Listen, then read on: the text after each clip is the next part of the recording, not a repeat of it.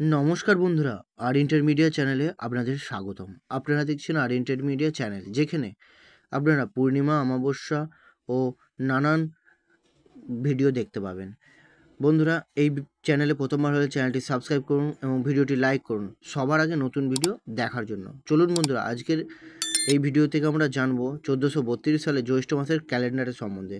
এই ক্যালেন্ডারে কি কি আছে, অমাবস্যা, একাদশী, পূর্ণিমা কবে কি আছে সম্পূর্ণ জেনে নেব বন্ধুরা। চলুন বন্ধুরা, ভিডিওটি শুরু করা যাক। প্রথমে আমরা জেনে নিই 1432 সালে জ্যৈষ্ঠ মাসের 5ই জ্যৈষ্ঠ। 5ই জ্যৈষ্ঠ আছে ত্রিলোচনা ষষ্ঠী, ত্রিলোচনা অষ্টমী, কাম্য ত্রিলোচন পূজা। তারপর 8ই জ্যৈষ্ঠ একাদশী উপবাস। তারপর 10ই জ্যৈষ্ঠ সাবিত্রী চতুর্দশী ব্রত। এই 10ই জ্যৈষ্ঠ আছে প্রদোষে সাবিত্রী সত্যবান ও ধর্মরাজ পূজা। তারপর আছে 11ই জ্যৈষ্ঠ অমাবস্যা নিশি পালন ও ফলহারিণী কালিকা পূজা ও নজরুল ইসলামের জন্মদিন।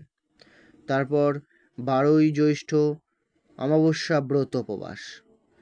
তারপর 14ই জ্যৈষ্ঠ আছে রম্ভা তৃতীয়া ব্রত। তারপর 15ই জ্যৈষ্ঠ উমা চতুর্থী ব্রত।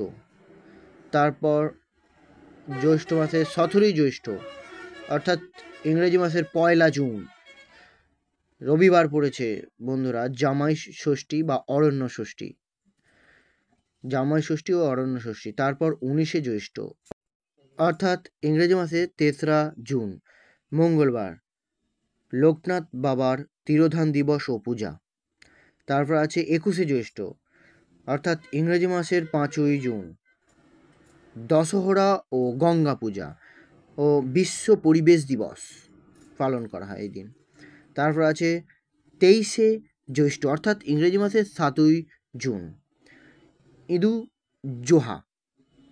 তারপর আছে 23শে জ্যৈষ্ঠ একাদশী উপবাস। তারপর 26শে জ্যৈষ্ঠ চম্পক চতুর্দশী ব্রত। তারপর এবং 26শে জ্যৈষ্ঠ আছে পূর্ণিমা নিশি পালন।